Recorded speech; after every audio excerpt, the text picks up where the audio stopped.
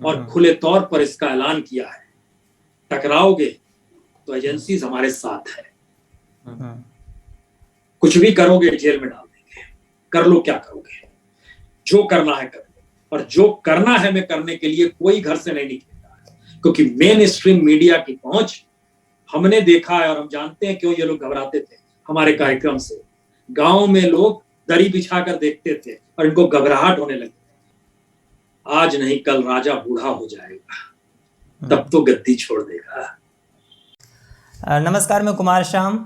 आज हमारे इस विशेष कार्यक्रम में खास मेहमान उपस्थित हैं वरिष्ठ पत्रकार पुण्य प्रसून वाजपेयी जी।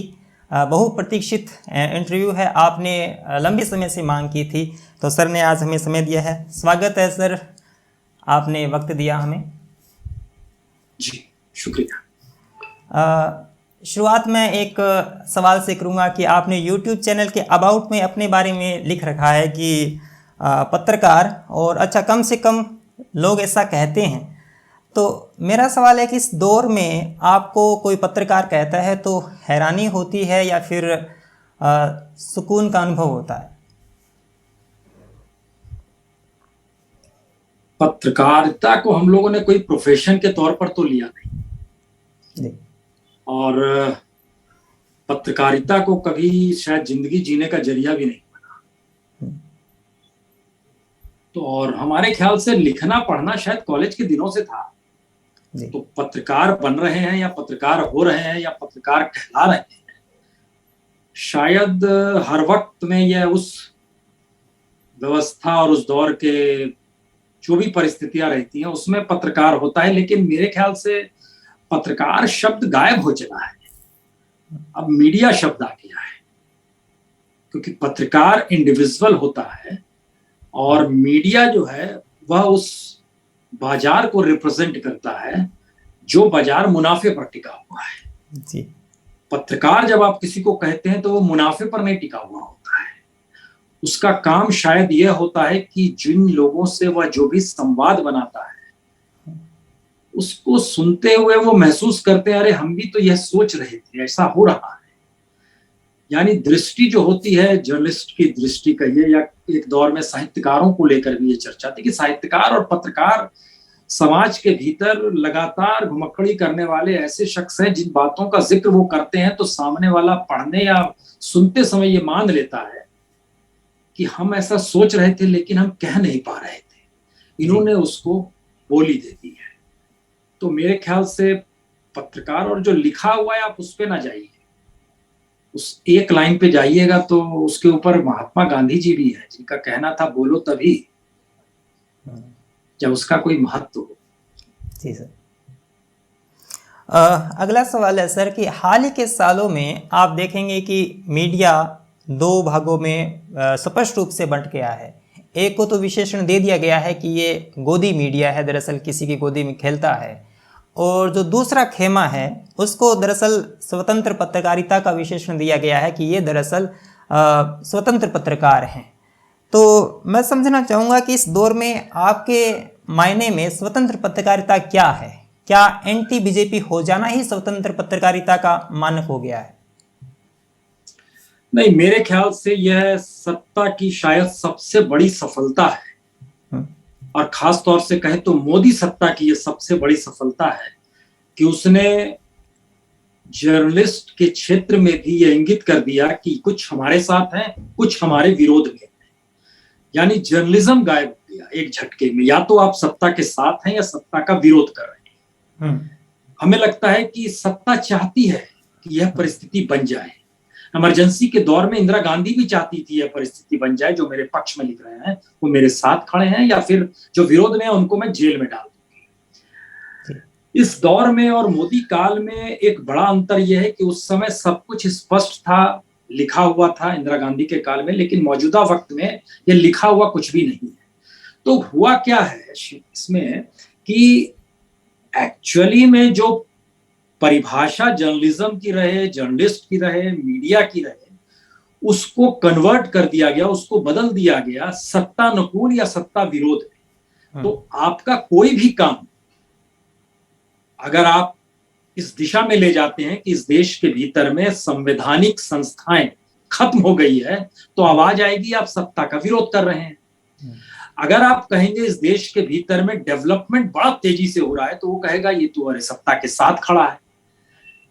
सफलता मोदी गवर्नमेंट की यही सबसे बड़ी है कि सारे इंस्टीट्यूशंस के भीतर में मैसेज, ना सिर्फ इंस्टीट्यूशन बल्कि समाज के भीतर भी ये मैसेज आ गया कि या तो आप सत्ता के साथ हैं या विरोध में। हम किसी के विरोध में नहीं है।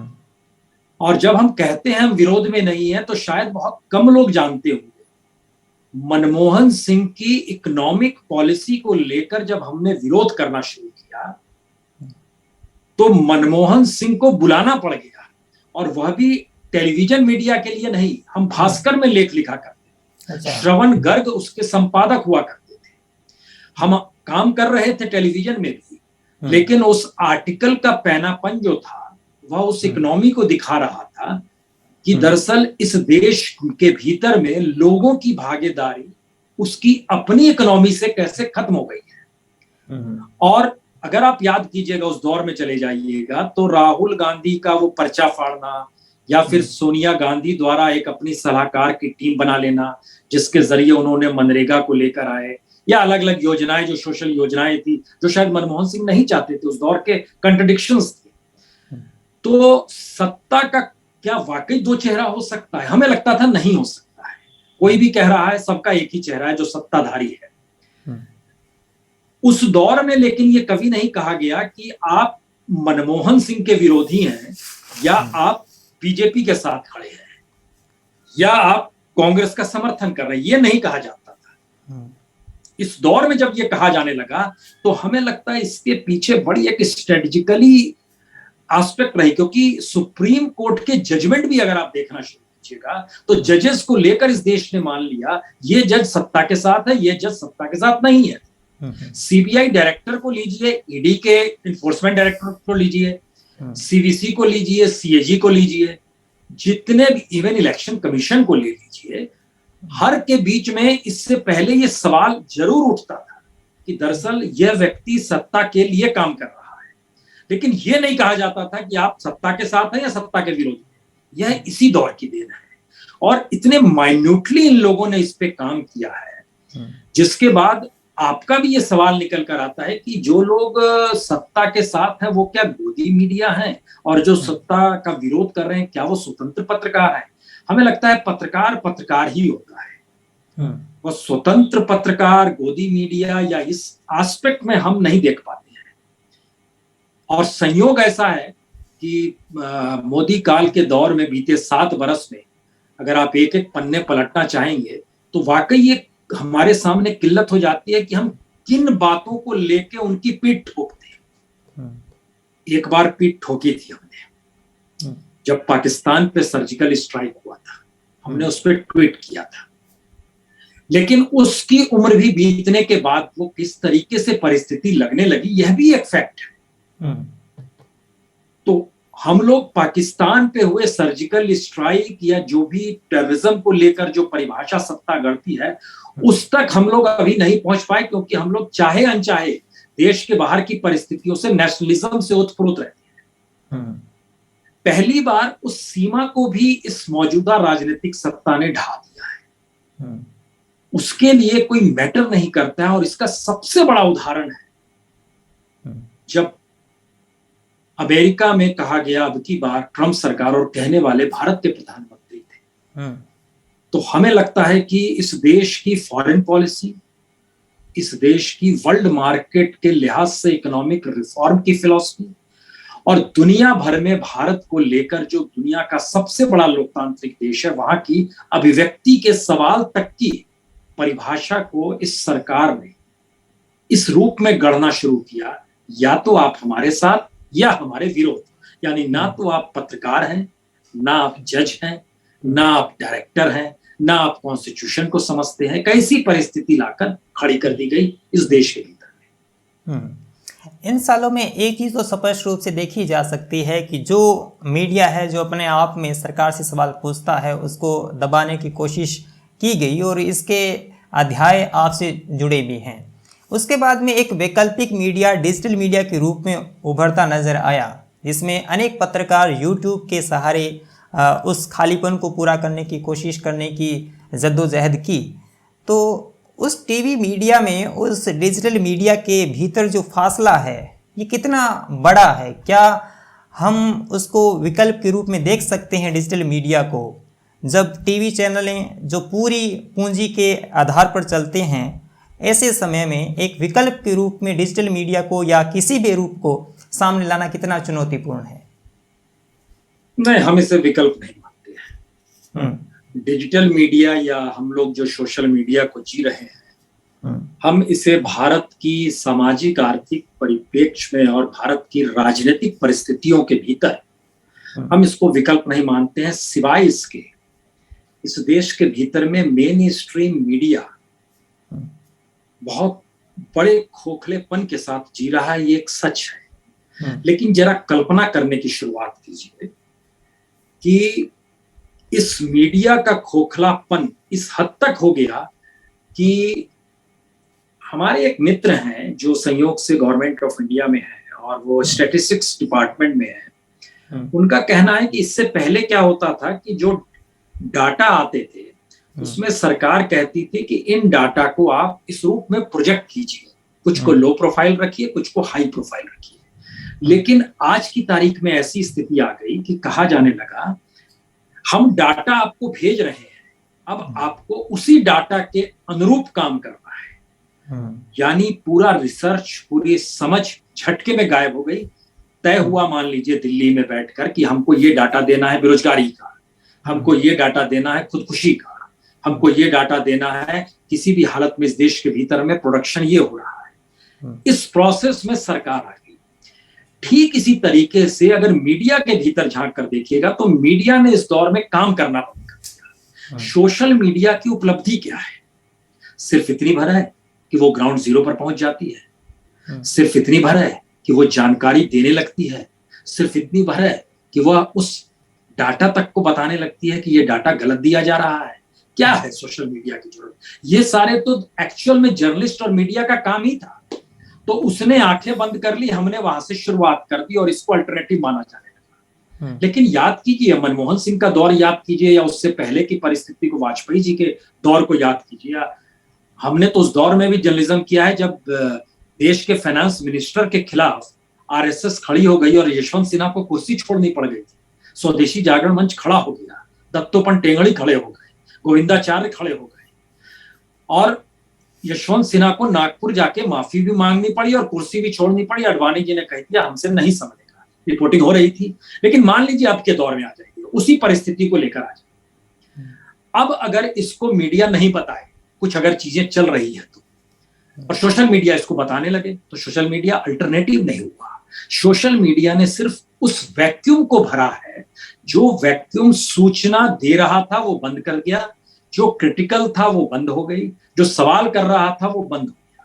और इसका जब एक बड़े कैनवास में आप चीजों को देखना शुरू करेंगे तो हमको लगता है एक एनालिसिस और होना चाहिए। ये एनालिसिस बीते दिनों हम कई लोगों से जो मिलते रहते हैं उसमें एक का एनालिसिस था, बड़ा शार्प एनालिसिस था। उसके आर्गुमेंट थे कि दरअसल हम लोग जब शहर में रहते हैं तो हम लोग ये मानकर चलते हैं कि पुलिस थाना है जहां पर एफआईआर दर्ज हो जाएगी, वहां पर एक एडमिनिस्ट्रेटिव अफसर है जो सुनेगा हमारी बात। सड़क पे कुछ गड़बड़ी हो जाएगी तो हम जानते हैं ट्रैफिक पुलिस है या ट्रैफिक कमिश्नर भी है जिसके पास हम अपनी संवाद को ले जा सकते हैं। और ये सारी चीजें अगर हो रही होंगी तो इसके पैरेलल में हमारे पास एक औजार भी, अगर मीडिया नहीं लेगा तो सोशल मीडिया से हम काम चला लेंगे, हम उस पर बोल देंगे और हमारा शायद रास्ता निकल जाएगा। लेकिन एनालिसिस करना शुरू कीजिए। गांव के लोग इस देश के भीतर में, जो बड़ी तादाद में नहीं कहिए 60% हिस्सा तो गांव में ही रहता है, और अब तो शहरों की स्थिति भी गांव से बदतर होती जा रही है। इन गांव में रहने वाले लोगों के लिए न्याय शब्द है ही नहीं।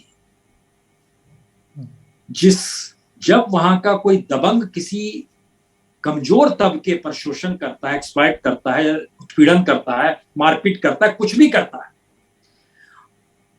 आप इसमें उदाहरण के तौर पर ले लीजिए, मान लीजिए किसी, जो पिछले दिनों उत्तर प्रदेश में भी हुआ, एक विधायक के जरिए जो रेप हो गया, वहां की स्थिति हमने देखी कि उस गांव में जब पहुंचे तो देखा कि पुलिस वाले उस महिला को सुरक्षा देने के लिए नहीं मौजूद थे, वह उस दबंग के घर पे मौजूद थे और वहां उसको सुविधा दे रहे थे जिसने रेप किया है।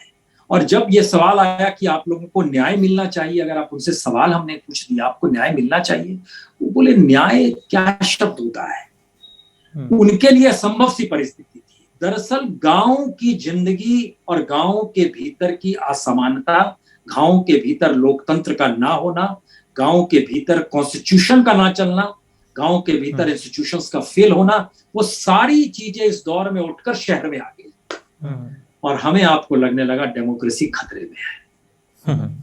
देश का सच यही है। जी सर, हम थोड़ा मीडिया से आगे बढ़ते हैं। सामाजिक महत्व की एक बात है कि इन सालों में समाज के अंदर तीखी प्रतिक्रिया बड़ी देखी जा सकती है, टकराव आप महसूस करते होंगे समाज के अंदर, और हिंदू और मुसलमान के बीच में जो भेद है वो मुखर रूप से उभर कर आया है। इसमें आरएसएस, बीजेपी की विचारधारा असर उसका पड़ा, या फिर आप इसके पीछे कोई ऐतिहासिक कारण समझते हैं इसके पीछे? क्या एक खास पार्टी की विचारधारा इस तरह से किसी पूरे जन समुदाय को मत सकती है क्या? नहीं, मथने का सवाल नहीं है, लेकिन आरएसएस की उत्पत्ति जिन वजहों से हुई है, और हेडगेवार जो थे वह कांग्रेस के भीतर तिलक गुट से बहुत प्रभावित थे। 1920 में जब नागपुर में ही कांग्रेस का अधिवेशन होने वाला था तो हेडगेवार तैयारी कर रहे थे इसकी कि वह तिलक वहां पर कांग्रेस के अध्यक्ष चुने जाएंगे। उस समय उनकी मौत हो जाती है और वो नहीं वहां पाते हैं, लेकिन वह एक बात से लगातार जिक्र करते थे, हेडगेवार हो और हेडगेवार के बाद जो आरएसएस की लकीर आप देखिएगा, इनको ये शुरू से लगते रहा कि मुस्लिम्स उनके लिए फिट नहीं बैठते। इतिहास से महात्मा गांधी तक पर आरोप लगा कि वह तुष्टीकरण करते हैं मुस्लिमों का। यह आरोप बहुत सीधे तौर पर भी लगा, लेकिन यह कोई नहीं समझ पाया कि महात्मा गांधी ने इस देश की आजादी के लिए बड़ी लकीर खींचनी चाहिए थी जिसमें सब कोई समाहित हो जाए। वह उस छोटी लकीरों में नहीं फंस रहे थे, इसलिए महात्मा गांधी के सामने कोई नहीं टिक पाया, क्योंकि उनकी हर लकीर बड़ी होती थी और वो बड़ी लकीर का मतलब था समाज की भागीदारी उसमें हो जाए।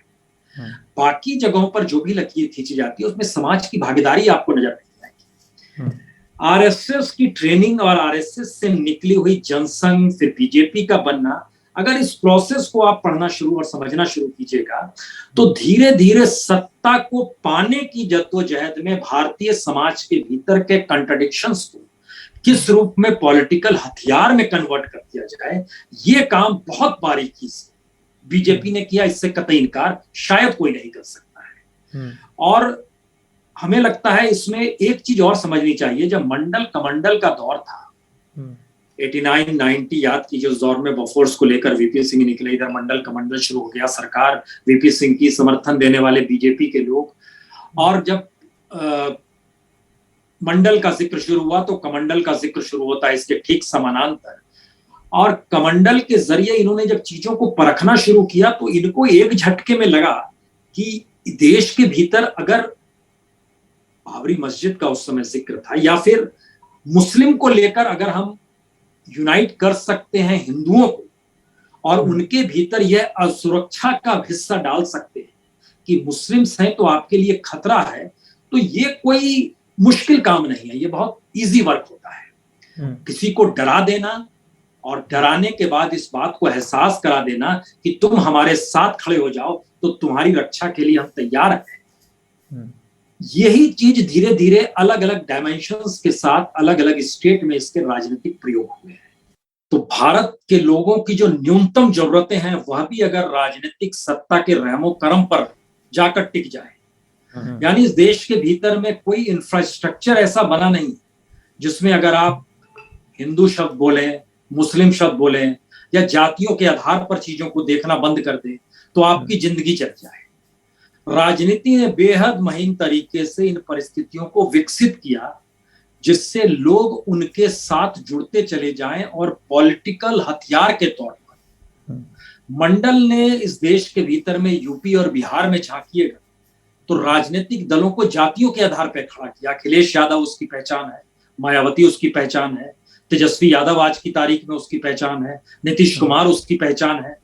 क्षत्रपों का उदय वह भी जातियों के आधार पर मंडल के दौर में अगर हुआ तो कमंडल ने इस दौर में हिंदू मुस्लिम की उन परिस्थितियों को जगा दिया जहां पर लोग एक दूसरे के खिलाफ खड़े हो जाए। लेकिन भारत की एक अनूठी चीज को देखिए, भारत की सबसे अनूठी चीज है कि 91 में जब आंदोलन पूरे पराकाष्ठा पे था और जो चीज कर रहे थे कल्याण सिंह उत्तर प्रदेश के भीतर, और फिर 92 में 6 दिसंबर को जो कुछ हुआ, 5 राज्यों में सरकारें गिर गई, लेकिन सरकार कहां बनी?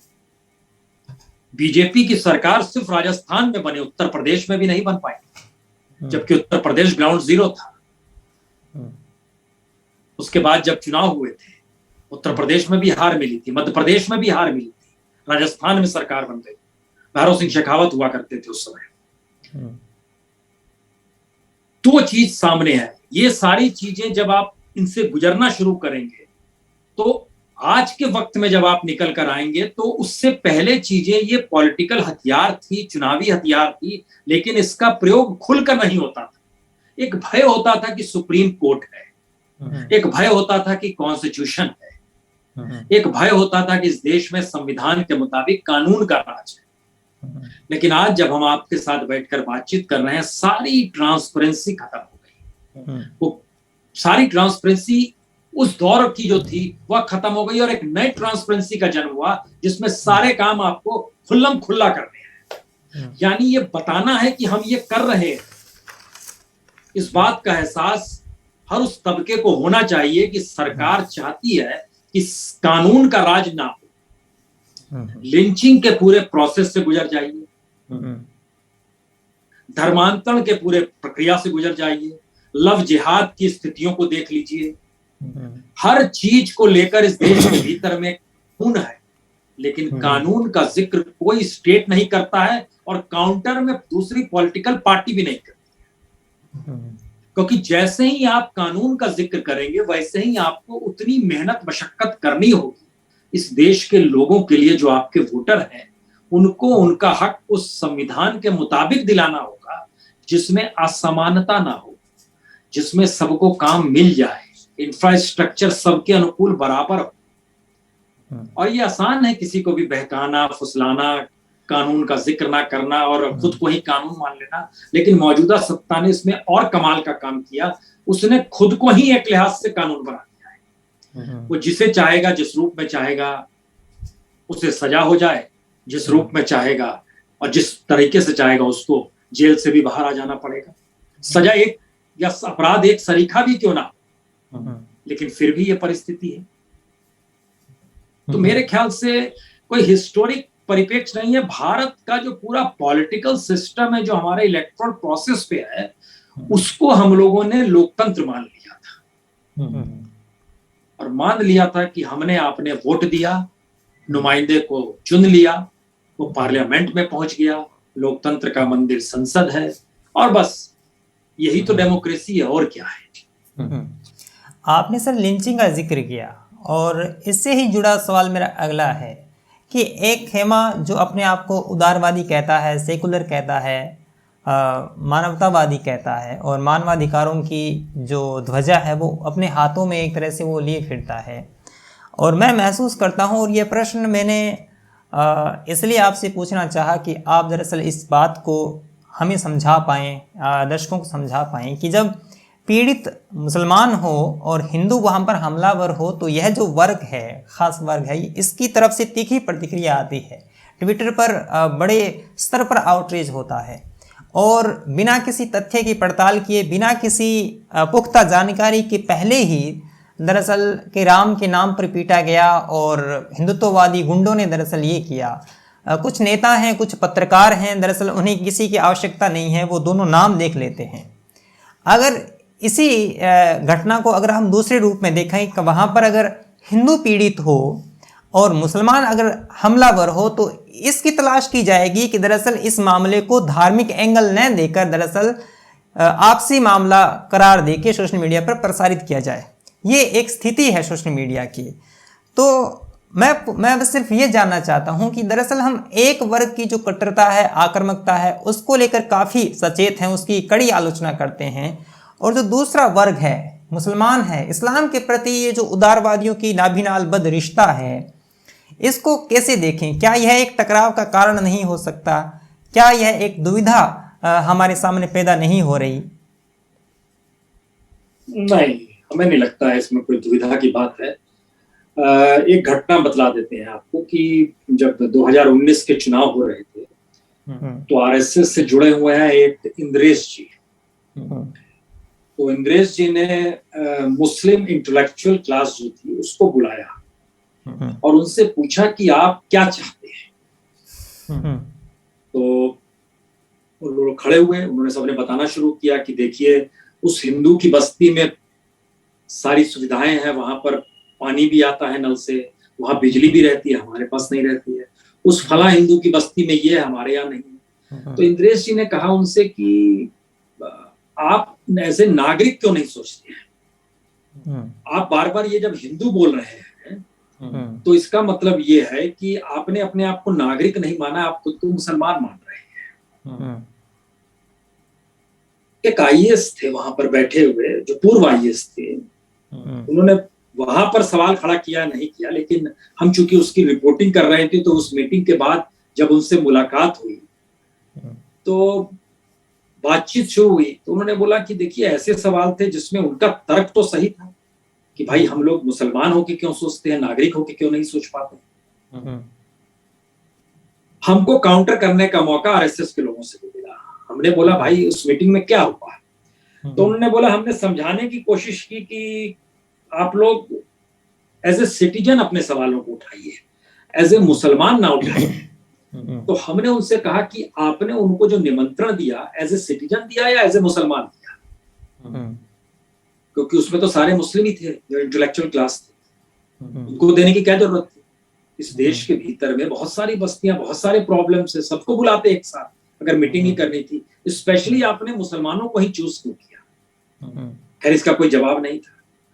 हमें लगता ये है कि जो पॉलिटिकल सोच है, जर्नलिस्टिक सोच भी उससे हट कर रही है। आपने सवाल पूछते समय हमसे एक बार भी नहीं कहा कि संविधान क्या कहता है और संविधान के तहत कानून क्या होता है, और किसी भी स्टेट में जब लिंचिंग होती है, चाहे वो राम की हो या रहीम की हो,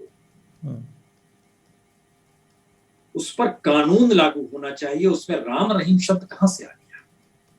और रिपोर्टिंग ऐसी क्यों नहीं होती है? क्यों नहीं वहां उस स्टेट को फेल्योर माना जाता है जहां पर लिंचिंग हो रही है?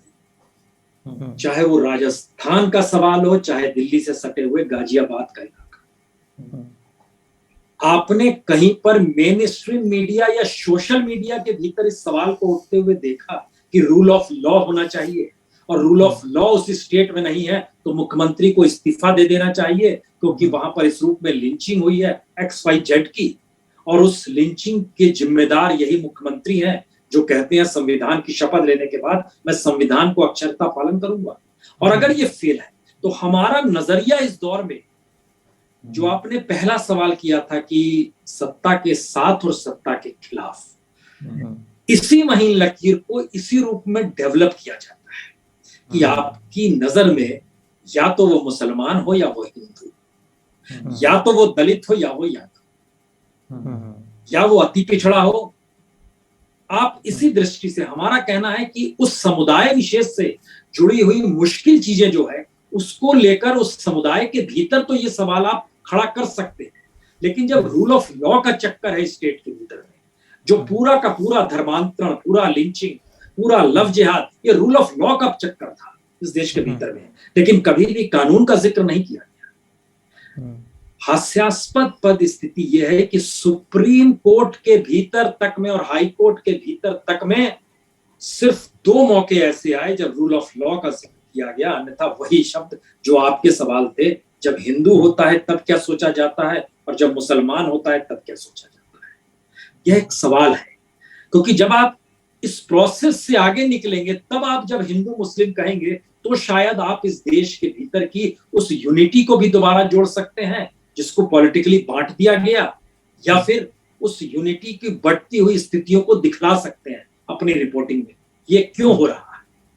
अन्यथा यह भी एक जर्नलिस्टिक शॉर्टकट होता है जिसमें हम मान लेते हैं क्योंकि इसके जरिए ट्विटर पे ज्यादा लाइक मिलते हैं, सोशल मीडिया में ज्यादा तेजी से चीजें बढ़ती है, और सत्ता के साथ खड़ा हुआ तबका जो है वो चूंकि चुनाव जीत कर आया है तो लोग मानकर चलते हैं वो बहुसंख्य तबका उसके साथ और काउंटर के लोग एकजुट हो चले होंगे। ये इस रूप में हम लोग बांटने लगते हैं चीजों को। हमें लगता है यह भी भूल है क्योंकि 2014 में अगर 31% वोट मिला था तो बार बार ये सवाल उठता है कि लगभग 60% तो विरोध में था। 2019 में आइएगा तो फिर कमोवेश यही स्थिति है। इतना ही नहीं, हम आपको बताएं उत्तर प्रदेश की एक स्थिति आपका सामने रखते हैं।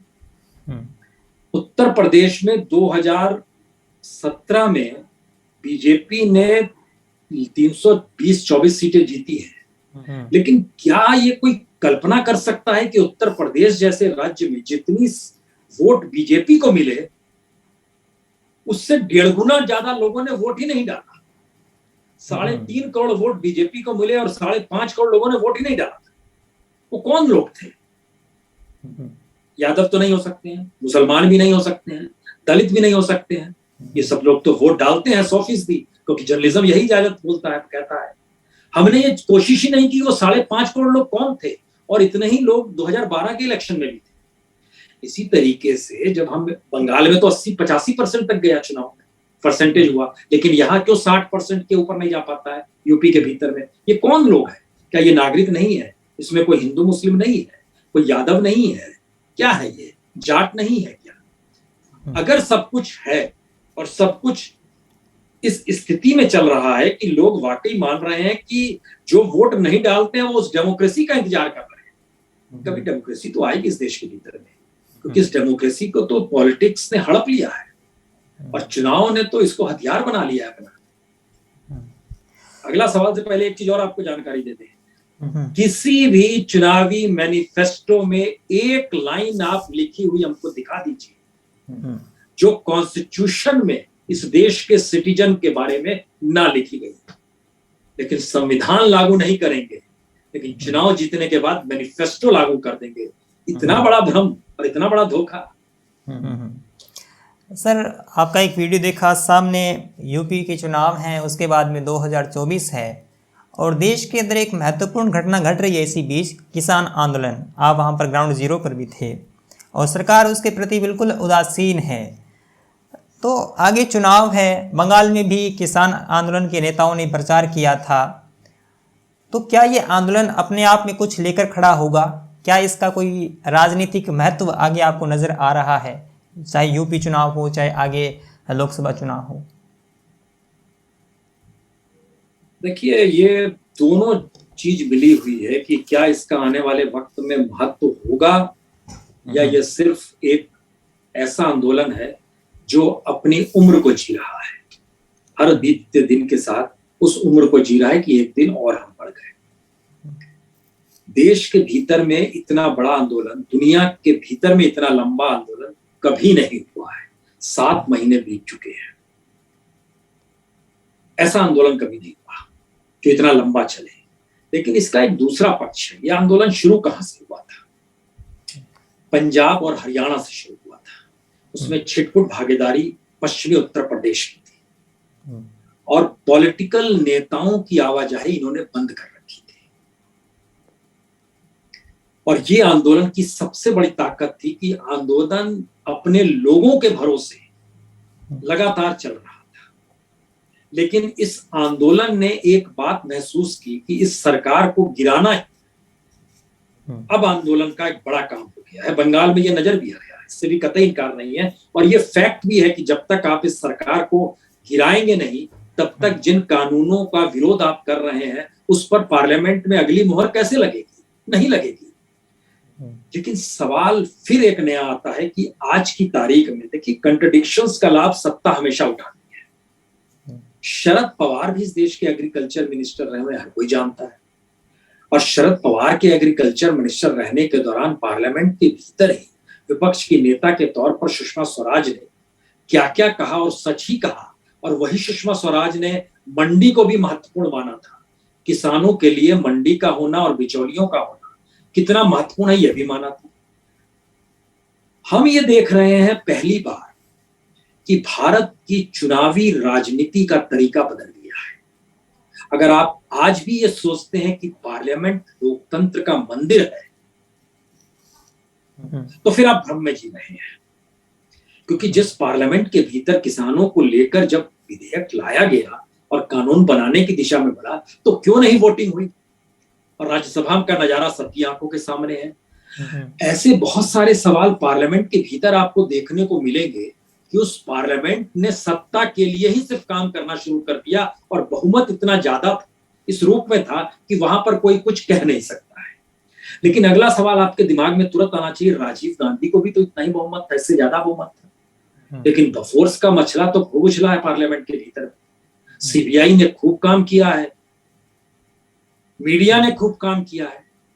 इस नई पॉलिटिक्स के दौर में जो भी इंस्टीट्यूशंस हैं, अगर वो इंस्टीट्यूशंस ही नहीं रहेंगे तो चेक एंड बैलेंस खत्म हो गया है।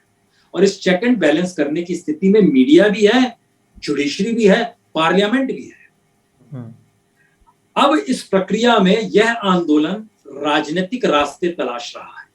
हमें लगता है कि यह आंदोलन की एक कमजोर कड़ी है जहां वो राजनीतिक रास्ते तलाशने निकल जाए, जबकि इस देश के भीतर में सामाजिक तौर पर हर वर्ग के सामने मुश्किल है। और हमें ये लगते रहा है कि अगर ये आंदोलन सिर्फ किसानों के जरिए ही और पॉलिटिकल एस्पेक्ट को दरकिनार करने लग जाए, कोई भी पॉलिटिकल पार्टी हो, तो आने वाले वक्त में इस देश में नई पॉलिटिकल पार्टी भी आ जाएगी और ये आंदोलन अपने आप में विस्तार भी पा जाएगा, जहां पर हर तबका इसके साथ जुड़ जाएगा, क्योंकि सबकी जरूरतें इसी रूप में है। और इस देश में अगर आप अनाज को भी कॉन्ट्रैक्ट फार्मिंग की दिशा में ले जाएंगे, जमाखोरी में ले जाएंगे, प्रॉफिट बेस्ड इकोनॉमी से जोड़ेंगे, तो फिर इसका मतलब बहुत साफ है कि इस देश के भीतर में जो ग्रामीण भारत है उसको लेके जो भी आपने आजादी के बाद से सोचा समझा, वो सारी चीजें खत्म हो गई। और इसके ठीक पैरेलल में स्मार्ट सिटी भी आप डेवलप नहीं कर पाए, स्मार्ट इंफ्रास्ट्रक्चर भी नहीं दे पाए, एजुकेशन नहीं दे पाए, हेल्थ सेक्टर कोलैप्स हो गया, ये दिखाई दे गया।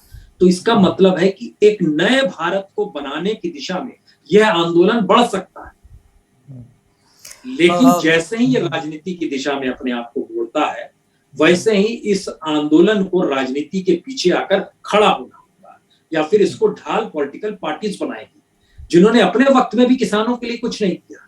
पहली बार इस देश के सामने एक ऐसा मौका आया है जब किसान आंदोलन इस देश के भीतर में नए पॉलिटिकल सिस्टम को जन्म दे सकता है। हमको अब भी उम्मीद है कि ये दे सकता है।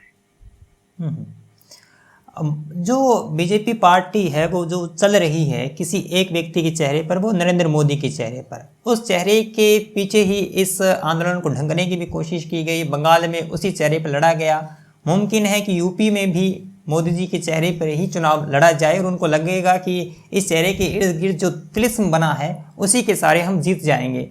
कोविड में जो मिसमैनेजमेंट है, चाहे अर्थव्यवस्था चौपट हो गई है, पेट्रोल और डीजल के प्राइस हों या फिर ये किसान आंदोलन हो, ये ज़्यादा असर नहीं डालेंगे। उनको यह आत्मविश्वास कहें या अहंकार कहें, वो अपना एक महत्व है।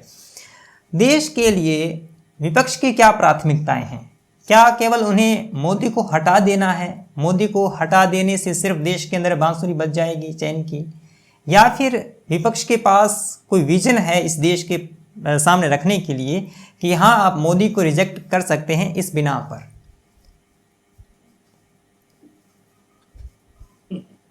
जर्नलिस्टिक क्वेश्चन नहीं है, पत्रकार को लेकर सवाल नहीं। देखिए विपक्ष है कहाँ? जो स्थिति इस देश के भीतर में है और जिन परिस्थितियों को ये देश भोग रहा है, अगर इस देश में विपक्ष कहीं पर भी होता तो इस देश की चूल्हे हिल चुकी होती। ये जो सेंट्रल विस्ता बन रहा है, जो 5 सितारा जिंदगी जीते हैं इस देश के प्रधानमंत्री से लेकर मंत्री तक, उस सड़क पर नहीं निकल पाते अगर इस देश के भीतर में कहीं पर भी पॉलिटिकल कॉन्शियसनेस सोशल एस्पेक्ट को लेकर होता। नहीं है साहब।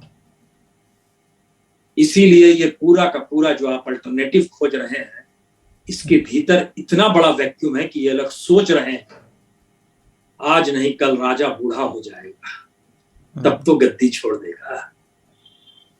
इससे विभत्स स्थिति और त्रासदीदायक स्थिति हमने कभी नहीं देखी है। सवाल ये नहीं है कि मोदी का चेहरा बंगाल में गढ़ा गया या यूपी में गढ़ा जाएगा। बंगाल में तो उन्हें हार मिल गई ना, जब पूरी कैबिनेट लगी हुई थी और ममता बनर्जी ने अकेले हरा दिया ना।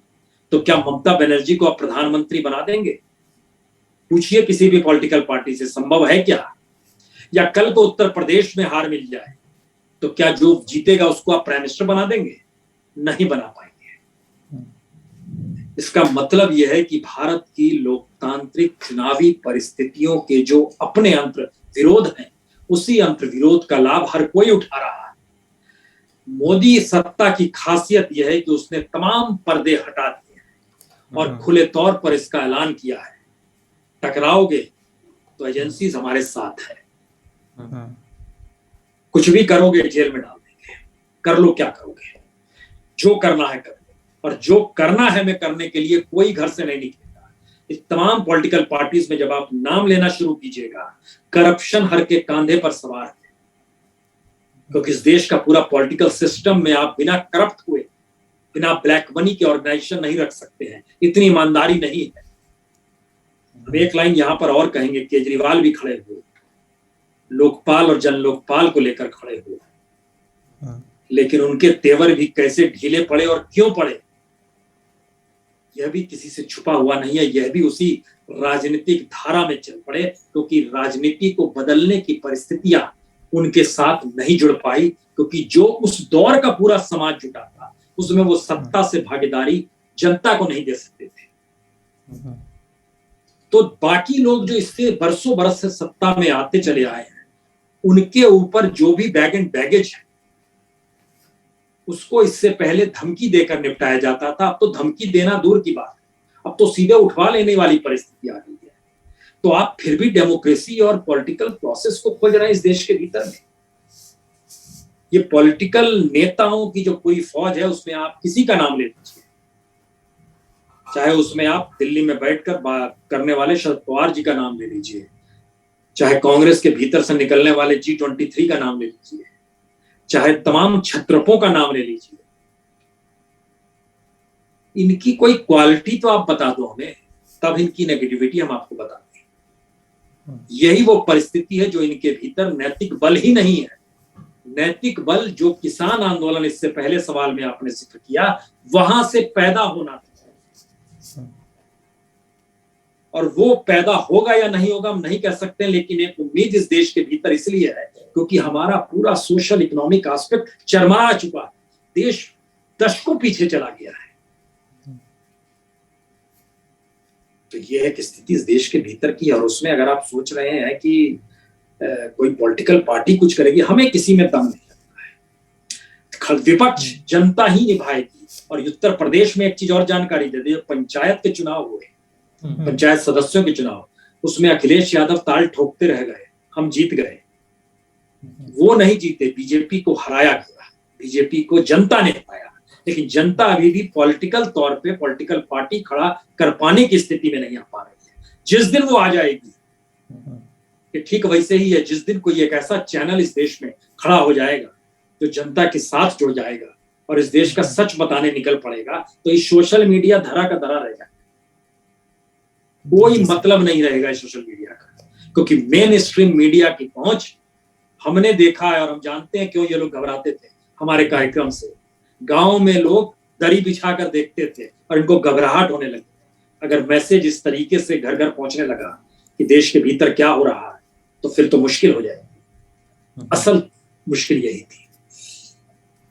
हमने देखा सर उस पूरे अध्याय को, बड़ी सार्थक चर्चा हुई आपके साथ, और मेरी कुछ जिज्ञासाएं थी जो आपके साथ साझा की, आपने वक्त दिया, आपका बहुत बहुत शुक्रिया सर। बहुत बहुत शुक्रिया। सब्सक्राइब कीजिए कुमार शाम यूट्यूब चैनल को और बेल आइकन भी दबाना न भूलें।